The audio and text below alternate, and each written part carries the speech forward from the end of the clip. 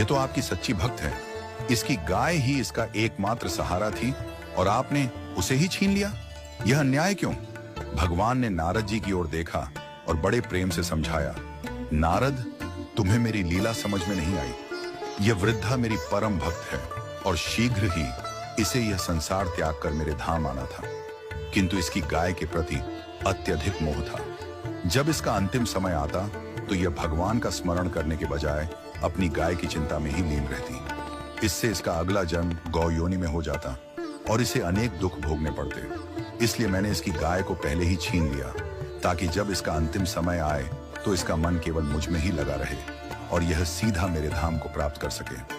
वहीं दूसरी ओर वह सेठ धन संपत्ति से इतना मोहग्रस्त है कि जब उसकी मृत्यु होगी तो उसका ध्यान केवल अपनी तिजोरी और सोने चांदी पर होगा।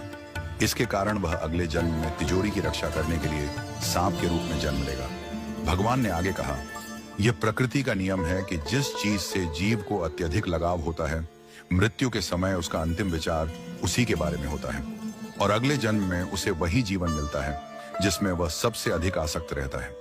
इसलिए मनुष्य को अपने जीवन में मोह माया से ऊपर उठकर केवल ईश्वर का स्मरण करना चाहिए।